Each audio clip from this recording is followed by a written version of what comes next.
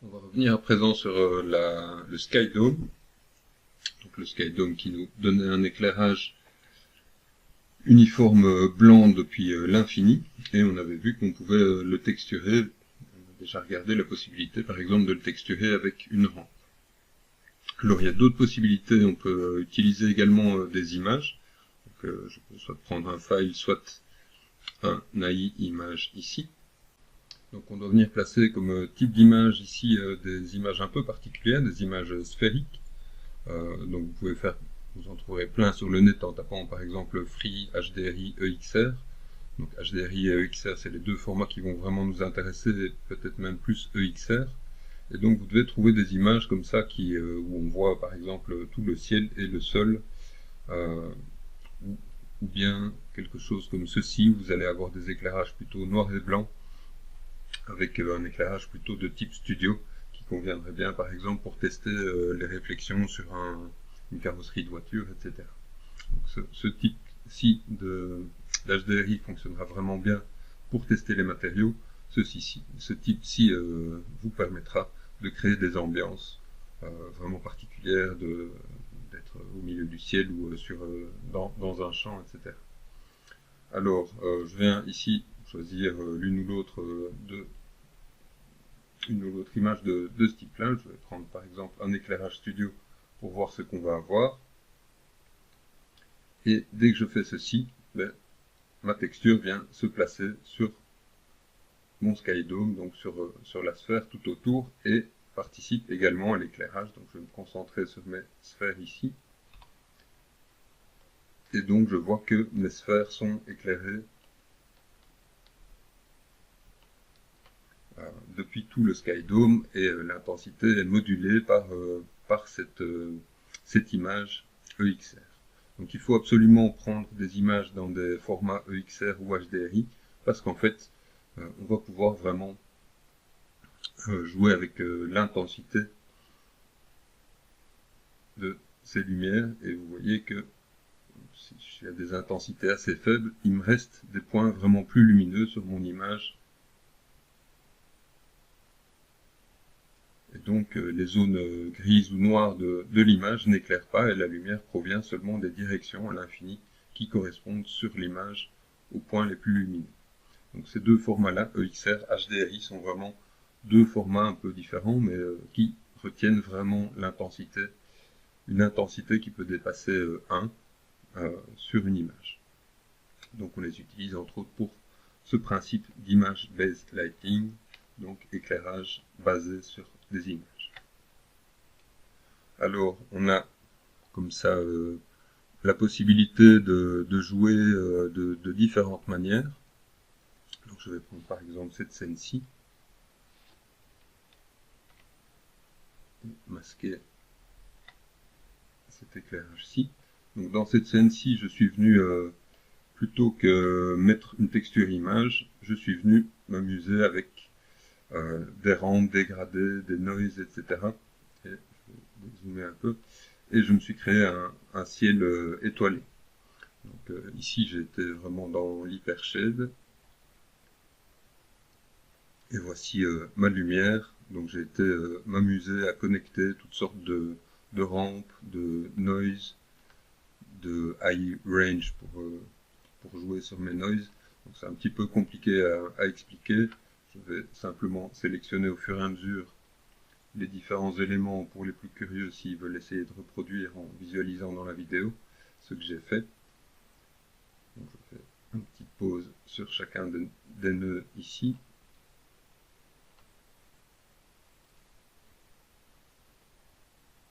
Et donc il y a toutes sortes de connexions que vous pourrez retrouver, reproduire en prenant le temps de vous arrêter tranquillement sur chacun des nœuds ici. Et donc ceci me crée une texture avec un dégradé qui est noir en dessous, qui a plusieurs couleurs de bleu dans le ciel et qui est superposé à des petites taches blanches qui viennent de cette zone-ci pour créer les étoiles. Alors je vais venir maintenant créer ceci ici. Donc, on a le Physical Sky le Sky Dome ici, et ici on va avoir le AI Physical Sky. Alors, de quoi s'agit-il? En fait, si je le sélectionne, c'est un Sky Dome auquel est associée une texture ici, qui se trouve donc dans un onglet ici. Je navigue ici, et j'arrive dans cette texture-ci. Donc c'est vraiment une texture qu'on va trouver dans les textures d'Arnold, ici, Physical Sky. Donc, je vais taper Phi pour l'isoler. Donc c'est une texture automatique, comme une rampe ou autre chose, sinon qu'elle est un peu plus sophistiquée et qu'elle va nous générer un ciel extérieur. Donc un ciel plutôt ensoleillé. Donc on va trouver voilà, ici le soleil. On voit qu'il y a une espèce de brume ambiante ici, enfin de poussière ambiante. Et donc on a toutes sortes de paramètres. Un des paramètres, justement, c'est de régler la quantité de cette poussière ou atmosphère ambiante pour créer des atmosphères qui seraient peut-être plus des atmosphères de désert ou autre. Plus on va augmenter ça, plus on aura une impression de ciel chargé de poussière. Alors on a une valeur ici qui n'a pas vraiment énormément d'effet, grande albédo, qui va changer un peu le comportement ici à l'horizon, en dessous de l'horizon. Alors une question qu'on se pose souvent quand on utilise cette lumière-ci, c'est qu'on voit toujours cette ligne d'horizon, et on me demande souvent pourquoi on voit la ligne d'horizon, est-ce qu'on sait la baisser, etc. Et la réponse, elle est évidemment que si on prend la réalité, la ligne d'horizon, on la voit pratiquement jamais parce qu'on a toujours des objets devant. Donc on a une montagne, on a le sol qui s'élève, on a un building, on a une maison, on aura l'horizon, on ne verra l'horizon que si on a la surface de la mer. Et donc même la surface de la mer, ce serait un plan qui s'étend à l'infini. Et donc il faudrait, dans tous les cas, penser, si vous voyez la ligne d'horizon, qu'il y a probablement quelque chose à modéliser devant pour masquer cette ligne d'horizon. Ça peut être ne fût-ce qu'un simple mur qui va vous boucher l'horizon comme ici. Alors, on a donc Ground Albedo qui va donner un peu la couleur de la réflexion du sol dans le ciel, donc qui n'est pas un paramètre qui a une importance vraiment énorme. Alors ce qui est vraiment plus intéressant, c'est le paramètre, je vais trouver mon soleil ici. Donc, on a le soleil ici et le soleil s'élève à une certaine hauteur. Donc, je peux décider d'avoir des couchers de soleil en baissant la hauteur de mon soleil, et on voit que le dégradé du ciel réagit vraiment en fonction.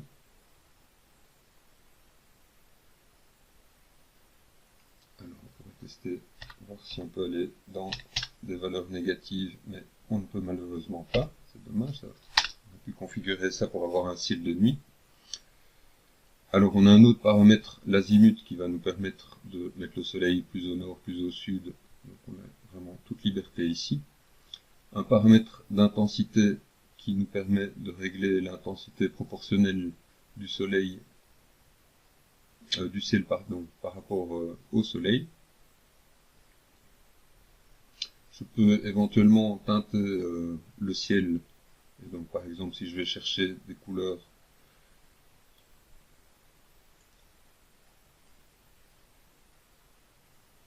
un peu désaturées, un peu foncées, je peux obtenir quelque chose qui va me rapprocher également d'un ciel plus de nuit, avec une lune qui serait plutôt blanche.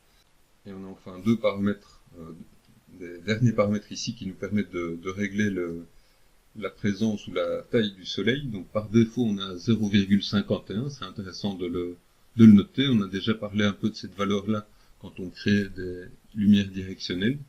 Quand on avait des lumières directionnelles, on avait une valeur ici d'angle, et je vous avais dit que pour le soleil, on mettait une valeur de 0,51, qui était l'angle d'ouverture du soleil ici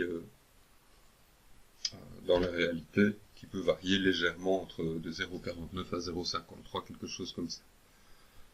Donc ici pour le Sky Dome, on a cette même valeur qui va se retrouver, qu'on mettrait un petit peu plus faible pour la Lune, donc on on peut mettre quelque chose comme 0,48 pour la Lune, qui serait un peu plus petite, et qui pourrait évidemment varier. Je peux également décider d'activer ou de désactiver l'éclairage de ma Lune, je vais y revenir. Et je peux enfin teinter, je vais mettre une couleur assez franche ici, teinter mon soleil ou ma lune.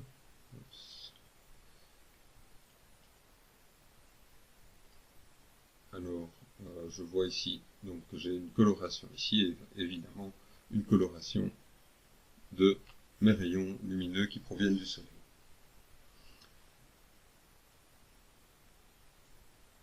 Donc, on pourra éventuellement jouer sur la possibilité de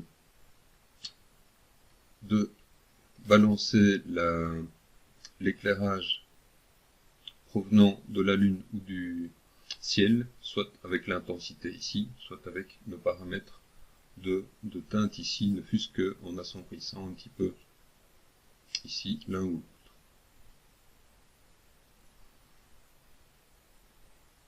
Alors, parfois on aurait envie, quand on a une scène, je vais rezoomer un petit peu sur ma géométrie,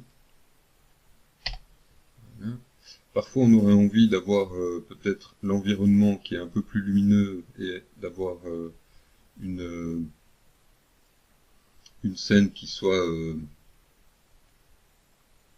l'environnement plus lumineux, enfin de balancer un petit peu ce qu'on voit du ciel par rapport à l'éclairage. Donc on peut jouer soit avec l'intensité bien sûr de notre lumière, de notre intensité ici, pour éclairer plus que la lumière éclaire plus fort, et utiliser le caméra AA, le caméra ici, pour diminuer la présence de l'arrière-plan.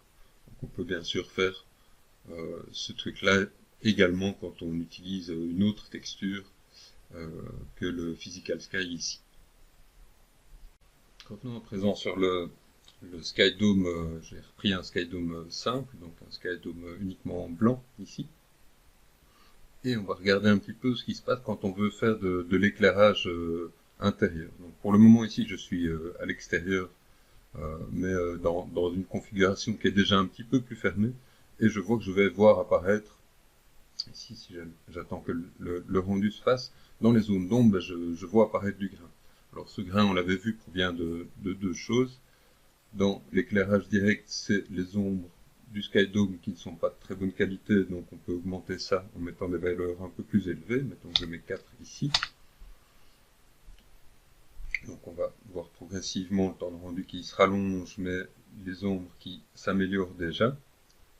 Je vais même mettre peut-être une valeur encore un peu plus élevée, j'ai encore un tout petit peu de grain, donc j'irai peut-être jusque 5 ou 6 ici. Et pour améliorer l'éclairage indirect, où j'ai également beaucoup de grains, je vais devoir augmenter le nombre de samples ici en diffuse. Donc ici, j'ai peut-être même été un peu haut, mais en tout cas, mon éclairage devient nettement meilleur et mon rendu sera assez agréable avec des samples qui restent corrects. Alors, je vais aller voir, donc je vais laisser un tout petit peu le rendu se faire pour voir que mes ombres sont beaucoup plus douces et que tout se passe mieux ici à l'extérieur. Donc, je vais maintenant écarter un peu ce mur-ci pour qu'il ne me gêne pas trop et passer à l'intérieur d'une pièce. Alors, si je suis à l'intérieur d'une pièce, ça va tout de suite être nettement moins agréable. Donc, on va voir ici qu'avec les mêmes paramètres de rendu qui me donnaient un bon résultat à l'extérieur, mais je me retrouve avec un grain ici qui reste vraiment fort présent. Donc en éclairage direct, je vais même commencer par augmenter mon exposition pour voir un peu mieux ce qui se passe ici. Donc ici, je sens que malgré les paramètres que j'ai déjà mis ici et qui sont assez élevés, je garde beaucoup de grains. Il faut savoir que Arnold s'est amélioré nettement depuis plusieurs versions, et ce grain diminue au fur et à mesure des versions, mais il reste toujours présent dans cette situation ici. Donc on a ici un éclairage typiquement d'extérieur, qui éclaire tout notre objet à l'extérieur, et certains des rayons rares parviennent à traverser la fenêtre et à venir éclairer ici à l'intérieur. Donc en éclairage direct, j'ai beaucoup moins de rayons qui arrivent à l'intérieur de ma scène, donc la granulosité ici de l'image apparaît. Et en éclairage indirect, c'est encore vraiment pire. Et donc on va devoir utiliser ici un autre système. Et on va venir dire, donc je vais faire une petite pause, le temps de faire ma petite installation. Cliquer sur Bookmark ici pour récupérer facilement après mon cadrage. Et on va venir à l'extérieur de notre scène pour préparer ce qu'on appelle des portal lights. Donc ici on a un petit accessoire qui ressemble un peu à la Real Light. Je vais utiliser la touche V pour me mettre directement sur un coin. Et en fait je dois venir me mettre plus ou moins au centre de ma fenêtre et mettre à l'échelle un petit, je dois l'orienter aussi, j'ai une petite ligne qui m'indique l'intérieur, donc avec la touche J, je fais tourner à 90 degrés, et je m'assure que je couvre bien, je peux aller un petit peu au-delà, et me mettre un tout petit peu à l'extérieur, comme ça ici.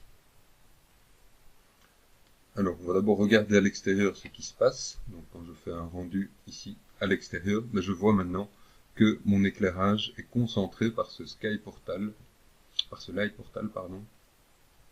ici à l'intérieur de la scène. Donc c'est un objet qui n'a pas vraiment beaucoup de paramètres. On va revenir dans le SkyDome et on a ici un paramètre qui nous dit que le mode de portail est en intérieur only. Je pourrais le mettre en off, là je reviens à ma scène classique, où je pourrais décider que mes portails de lumière m'éclairent aussi bien à l'extérieur qu'à l'intérieur. Donc avec ici mon intensité, donc ici j'éclaire aussi bien à l'intérieur qu'à l'extérieur.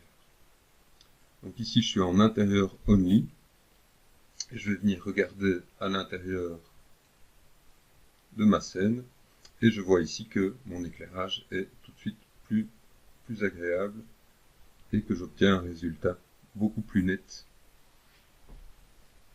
quand je suis avec ce portal light qui vient en fait dire à Arnold que ma scène, je la regarde depuis l'intérieur et au travers d'une fenêtre qui est désignée par ce portal light. Donc c'est un très très bon moyen d'améliorer le grain dans des éclairages intérieurs quand on veut avoir un éclairage de ciel extérieur. Donc si je faisais un éclairage ici intérieur avec juste l'éclairage du ciel, il faudrait vraiment ne pas oublier de faire ceci. Alors je vais regarder maintenant ce qui se passe si je remplace ma lumière par un SkyDome. Donc je vais stocker mon image ici. Donc j'ai gardé mon image ici et je vais rajouter un Physical Sky ici. Donc je laisse identique mes samples, mes paramètres, et on va regarder ce qui se passe avec le Physical Sky. Donc je le rajoute ici. Alors je vais juste bien me remettre dans ma vue ici et prendre le temps de tourner pour faire arriver mon soleil à l'intérieur de ma pièce. Le soleil arrive dans la pièce ici.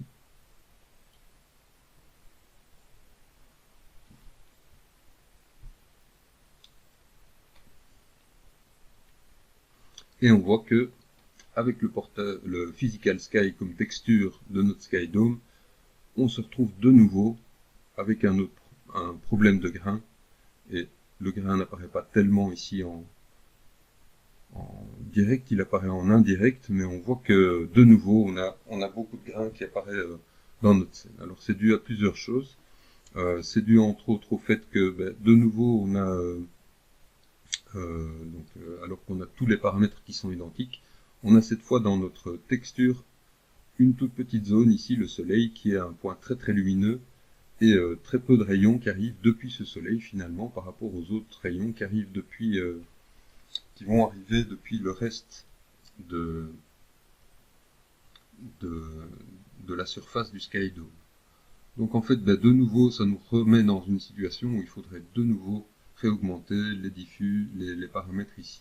Alors il y a un petit truc pour contourner ce problème. Donc pour contourner ce problème et avoir une image avec moins de grains quand on veut utiliser un ciel comme ça, on va venir décocher ici le soleil. Donc on a le soleil qui est lui invisible maintenant. Je vais faire en sorte que je peux voir.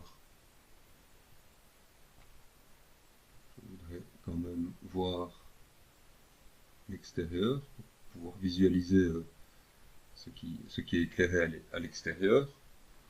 Je vais faire une petite pause ici. Alors je vais dupliquer, CTRL D, dupliquer mon SkyDome.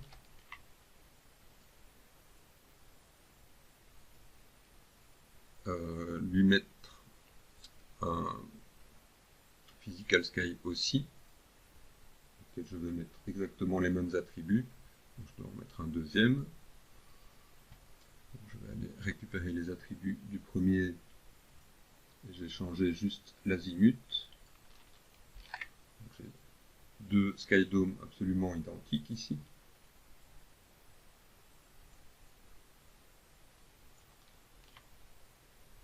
Et je vais dire que le premier, il va être invisible à la caméra, mais éclairer et réagir à...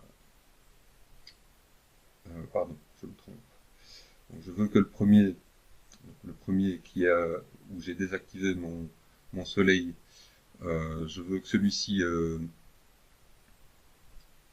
éclaire ma scène, oui, voilà, donc il soit invisible ici au rendu, tandis que le deuxième, je veux qu'il soit invisible pour tout le reste.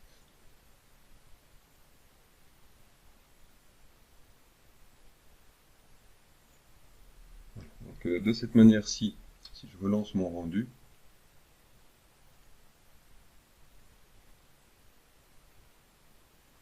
c'est vraiment ce premier SkyDome qui effectue,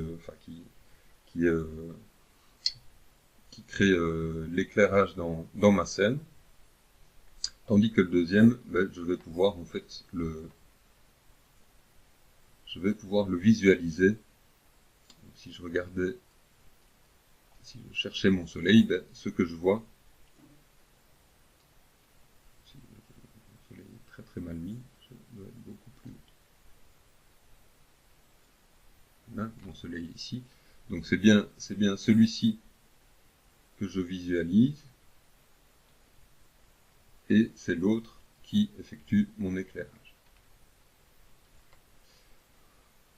Alors, il faudrait, donc ça me permet éventuellement d'être dans des systèmes un peu plus ouverts, où je verrai en même temps l'éclairage extérieur, l'éclairage intérieur. Donc si j'avais une véranda ou quoi, j'aurais besoin éventuellement de visualiser mon soleil.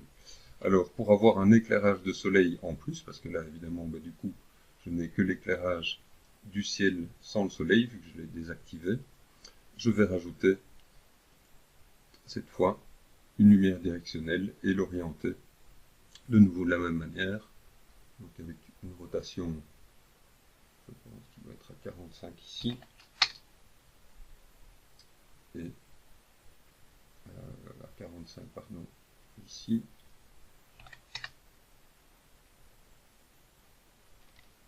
Et avec mon autre valeur, ce qu'il est, on va aller regarder exactement à quoi ressemble cette directionnelle. Je ne suis pas du tout avec des bons angles ici, donc je veux un moins 45, et on va essayer un moins 375 ici.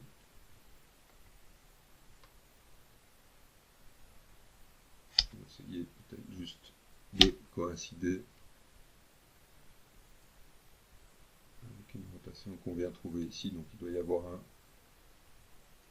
un rapport, mais donc on va utiliser cette fois une directionnelle avec un angle de 0,51, et c'est cette directionnelle qui va nous faire l'éclairage de notre soleil. Donc je pourrais